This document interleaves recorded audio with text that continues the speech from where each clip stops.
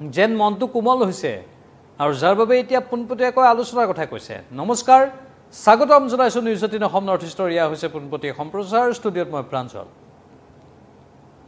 ইতিমধ্যে আমি জানো যে কাইলৈ মানে 4 ছেপ্টেম্বৰত ফ্ৰান্সৰ ৰাষ্ট্ৰপতি ইমানুৱেল মেক্ৰই আমেৰিকা যুক্তৰাষ্ট্ৰৰ ৰাষ্ট্ৰপতি আৰু ইউক্ৰেইনৰ ৰাষ্ট্ৰপতিক আহ্বান জনাইছে পেৰিছলৈ আহিবলৈ আৰু পেৰিছত তিনিওখন দেশে আলোচনা কৰিব আগন্তুক দিনত কেনেধৰণে এই যুদ্ধৰ মীমাংসা কৰিব পাৰি।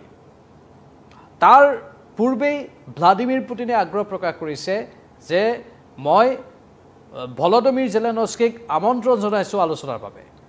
এটা ডাঙৰ খবৰ, কাৰণ এই সমগ্ৰ আলোচনা প্ৰক্ৰিয়া আৰম্ভ হ'ব বুলি ভাবোঁতেই এখন দেশে আন এখন দেশক পুনৰ আক্ৰমণ কৰি দিয়ে, মানে ইউক্ৰেইন আৰু ৰাছিয়াৰ কথা কৈছোঁ, আৰু আলোচনা নহয়গৈ। ডনাল্ড ট্ৰাম্পে কৈছিল আগষ্টৰ শেষৰ ভাগত সকলো আলোচনা সমাপ্ত হ'ব, কিন্তু সেয়া নহ'লগৈ। এতিয়া ছেপ্টেম্বৰৰ 3 তাৰিখ পালেহি। এতিয়া এই সময়তেই ভ্লাদিমিৰ পুটিনে চীনৰ SCO সন্মিলনৰ পৰা উভতি গৈ পুনৰ নিজৰ ৰাষ্ট্ৰত উপস্থিত হৈ এই মন্তব্য প্ৰকাশ কৰিছে যে মই আলোচনা হোৱাটো বিচাৰিছোঁ আৰু মই আলোচনাৰ বাবে আগ্ৰহী, কিন্তু ভলদিমিৰ জেলেনস্কি আলোচনাৰ বাবে মস্কোলৈ আহিব লাগিব।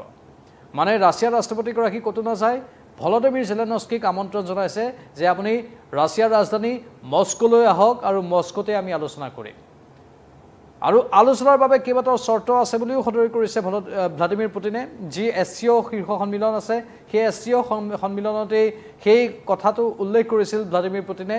তেওঁ কৈছিল যে মই এনেই আলোচনা নকৰোঁ, মোৰো কিছুমান চৰ্ত থাকিব, যি চৰ্ত পূৰণ কৰিলেহে আলোচনা ফলপ্ৰসূ হ'ব। চৰ্তকেইটা কেনেকুৱা ধৰণৰ? ভ্লাদিমিৰ পুটিনে কৈ থৈছে যে তেওঁ এটা স্পষ্ট দাবী কৰিব বিচাৰে, ইতিমধ্যেই এই 3 বছৰীয়া যি যুদ্ধ ৰাছিয়া আৰু ইউক্ৰেইনৰ মাজত হৈ আছে, সেই যুদ্ধত ৰাছিয়াই ইউক্ৰেইনৰ যিমানখিনি স্থান এতিয়ালৈকে দখল কৰি থৈ দিছে, সেই স্থানবোৰ পুনৰ ইউক্ৰেইনৰ হাতলৈ দিব নোৱাৰিব পশ্চিমীয়া দেশসমূহে। মানে ৰাছিয়াই সেই স্থানবোৰ এৰি নিদিয়ে। যদি আলোচনা ফলপ্ৰসূ হ'ব লাগে, আলোচনাৰ এটা চৰ্ত হৈছে যে ৰাছিয়াই ইতিমধ্যে ইউক্ৰেইনৰ যিবোৰ স্থান দখল কৰিছে, সেই স্থানবোৰত ৰাছিয়াৰে আধিপত্য থাকিব, সেয়া ইউক্ৰেইনৰ বুলি দাবী কৰিব কেতিয়াও নোৱাৰিব। সেইটো প্ৰথম চৰ্ত। দ্বিতীয় চৰ্তটো হৈছে যে ভলদিমিৰ জেলেনস্কিয়ে ৰাছিয়ান নাগৰিকসকলক, ইউক্ৰেইনত থকা ৰাছিয়ান নাগৰিকসকলক এটা সময়ত হাৰাশাস্তি কৰাৰ অভিযোগ আছে। তাৰ বাবে ভলদিমিৰ জেলেনস্কিয়ে কিছু পৰিমাণে হ'লেও দুখ প্ৰকাশ কৰিব লাগিব। ভলদিমিৰ জেলেনস্কিৰ শাসনকালতেই ইউক্ৰেইনত ৰাছিয়াৰ একাংশ নাগৰিকৰ ওপৰত অতি আতিশয্য চলোৱাৰ অভিযোগ আছে, যাক লৈ ভ্লাদিমিৰ পুটিনে মনৰ আক্ষেপ প্ৰকাশ কৰিছে। নেটোৰ কথা আহিছে। তৃতীয় চৰ্তটো হৈছে যে নাটোই কেতিয়াও ৰাছিয়াৰ বিষয়বোৰত আন্তঃৰাষ্ট্ৰীয় পৰ্যায়ত হস্তক্ষেপ কৰিব নোৱাৰিব। ৰাছিয়াক আন্তঃৰাষ্ট্ৰীয় পৰ্যায়ৰ খোলা খেলপথাৰ এৰি দিব লাগিব, বা সম্পূৰ্ণৰূপে ব্যৱসায় বাণিজ্য চলাব পৰাকৈ যিখিনি অনুকূল পৰিৱেশ আছে সেইখিনি কৰি দিব লাগিব। এনেধৰণৰ কেইবাটাও চৰ্ত ৰাছিয়াৰ ৰাষ্ট্ৰপতি ভ্লাদিমিৰ পুটিনে SCO শীৰ্ষ সন্মিলনৰ সময়ছোৱাতেই সদৰি কৰিছিল যে মই তেতিয়াহে আলোচনাৰ পোষকতা কৰিম বা আলোচনাক এখন সফল আলোচনা বুলি উল্লেখ কৰিম যেতিয়া এই চৰ্তবোৰ পূৰণ হ'ব, তেতিয়া স্বাভাৱিকতে সকলো সমস্যাই নোহোৱা হৈ যাব। এই 3টা বিশেষ চৰ্ত আৰু কেইবাটাও সৰু সুৰা চৰ্ত আছে।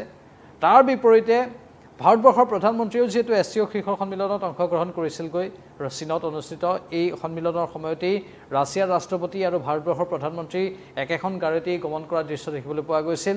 আৰু সেই সময়ছোৱাতো এই প্ৰসংগটো উত্থাপন হৈছিল যে ভাৰতৰ স্থিতি কেনেকুৱা হ'ব।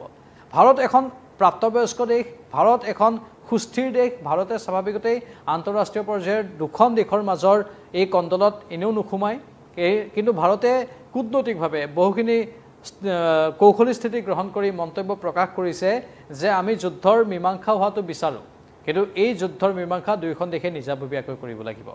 আমি ৰাছিয়াৰ সৈতে আছোঁ আৰু ভৱিষ্যতেও থাকিম, কিন্তু এই যুদ্ধৰ বিষয়টোৰ ক্ষেত্ৰত আমি ৰাছিয়াকো পোনপটীয়াকৈ একো হস্তক্ষেপ নকৰোঁ বা ইউক্ৰেইনকো একো ক'বলৈ নাযাওঁ। দুয়োখন দেশেই আমাৰ বন্ধুভাৱাপন্ন দেশ, সেয়েহে আমি দুয়োখন দেশকেই নিজাকৈ আলোচনা কৰি সিদ্ধান্তবোৰ ল'বলৈ অনুৰোধ জনাইছোঁ। এয়া ভাৰতৰ তৰফৰ পৰা এটা স্থিতি। তাৰ বিপৰীতে আন্তঃৰাষ্ট্ৰীয় পৰ্যায়ৰ কেইবাখনো দেশে ইতিমধ্যেই এই আলোচনাক ফলপ্ৰসূ কৰাবলৈ চেষ্টা কৰি আছে। ইতিমধ্যে মই কৈছোঁ 4 ছেপ্টেম্বৰ এই তাৰিখটোতেই ফ্ৰান্সৰ ৰাষ্ট্ৰপতি ইমানুৱেল মেক্ৰ'ৰ পৌৰোহিত্যত ইউক্ৰেইনৰ ৰাষ্ট্ৰপতি ভলদিমিৰ জেলেনস্কি আৰু আমেৰিকাৰ ৰাষ্ট্ৰপতি ডনাল্ড ট্ৰাম্পৰ এক বিশেষ বৈঠক পেৰিছত অনুষ্ঠিত হ'বলৈ গৈ আছে।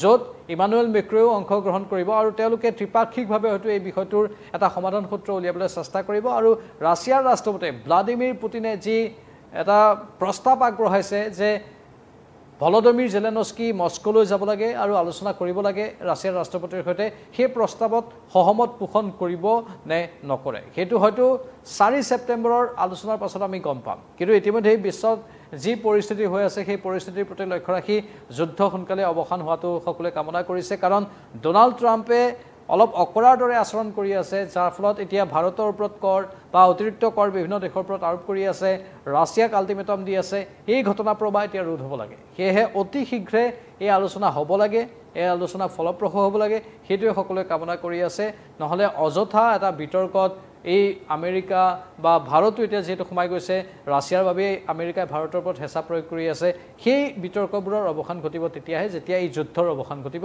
যুদ্ধ একেবাৰে নোহোৱা হৈ যাব আমি আশা কৰিম এটা সমাধান সূত্ৰ ওলাব আৰু ভৱিষ্যতৰ দিনবোৰত ইয়াৰ এটা পৰিকল্পিত ৰূপত সকলোৰে অন্যায় নোহোৱাকৈ কোনো লোকৰ অন্যায় নোহোৱাকৈ সকলোৰে মংগল হোৱাকৈ যাতে এক পৰিস্থিতি বা পৰিৱেশৰ সৃষ্টি হয় সেইটো আমি কামনা কৰিম আপোনালোকৰ কি মতামত কমেণ্ট বক্সত কমেণ্ট কৰি জনাব আকৌ আহিম লাইভত চাই থাকক নিউজ 18 অসম নৰ্থ ইষ্ট নমস্কাৰ